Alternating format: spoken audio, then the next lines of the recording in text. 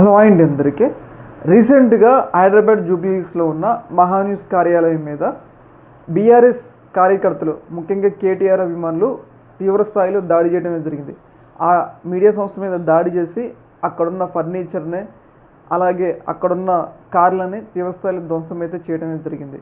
వాళ్ళు ఈ స్థాయిలో ఇంత కోపంగా ఆ మీడియా సంస్థ మీద దాడి చేయడానికి ప్రధాన కారణం ఏంటి అంటే, కేటీఆర్ని వాళ్ళ ఫ్యామిలీని టార్గెట్ చేసుకొని పదే పదే ఫేక్ థంబ్నెయిల్, కేటీఆర్ ఇలా హీరోయిన్లు వాడుకుంటూ చాలామంది అమ్మాయిల ఫోన్లు ట్యాప్ చేసి బ్లాక్మెయిల్ చేసి వాడుకుంటూ అని చెప్పేసి పదే పదే కేటీఆర్ మీద తప్పుడు ఫేక్ థంబ్నెయిల్స్తో డిబేట్లు, ఏదైతే ఒకసారి రెండుసార్లు కాదు సిరీస్ ఆఫ్ డిబేట్లు నిర్వహించడం వల్ల బీఆర్ఎస్ కార్యకర్తలకు తీవ్ర స్థాయిలో కోపం అయితే రావడం జరిగింది.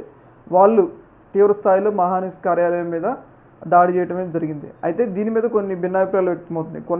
కొంతమంది ఏమంటారంటే, ఒక satellite channel, main stream channel ఒక వ్యక్తిని టార్గెట్ చేసుకుని ఇలా తీవ్ర స్థాయిలో ఫేక్ థంబ్నెయిల్ పెట్టి ఇలా మీరు ఆధారాలు లేకుండా ఇట్లా కించపరచడం ఏందన్న అభిప్రాయం ఒకటైతే వ్యక్తమవుతుంది.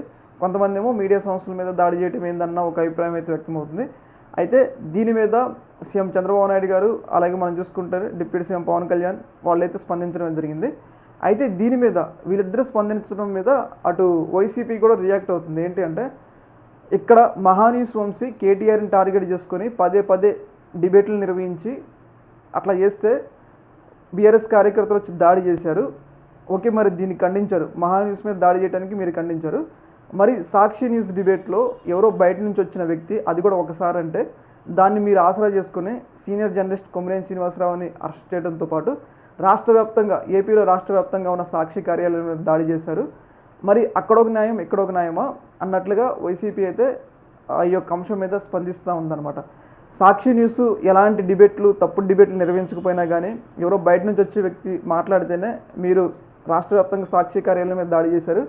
మరి అప్పుడు స్పందించిన వాళ్ళు మరి ఇప్పుడు ఎలా స్పందిస్తున్నారు? ఇలా స్పందించే నైతికత మీకు లేదన్నట్లుగా వైసీపీ వాళ్ళు అయితే సీఎం చంద్రబాబు నాయుడు గారికి, అలాగే డిప్యూటీ సీఎం పవన్ కళ్యాణ్ గారికి అయితే కౌంటర్ అయితే ఇస్తున్నారు. అయితే ఇక్కడ మనం గమనించుకోవాల్సింది ఏంటంటే, ఎవరైనా కానీ ఆధారాలు లేకుండా ఇలా తప్పుడు ఇప్పుడు రాజకీయంగా మాట్లాడుకోండి, విమర్శించుకోండి పాలనాపరమైన విషయాలతో, కానీ వ్యక్తిగతంగా వెళ్లకుండా ఉండటమే ఇక్కడ కీలకమైన అంశం. ఇప్పుడు మహాన్యూస్ వంశీకి కేటీఆర్ ఎవరు ఫోన్ ట్యాప్ చేస్తే ఏంది, ఆయన పని ఏంది? మీడియా సంస్థ ప్రజలకి ప్రభుత్వానికి మధ్య వారధిగా ఉండాలి.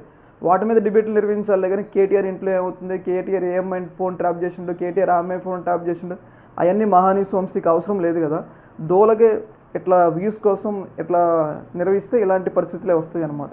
అంటే ఎవరైనా కానీ వాళ్ళ లిమిట్లో ఉండాలనేది ఇక్కడ కీలకమైన అంశం. ఈ యొక్క అంశంలో మీ యొక్క అభిప్రాయాన్ని కింద కామెంట్లో తెలియజేయండి. ఓకే మరి.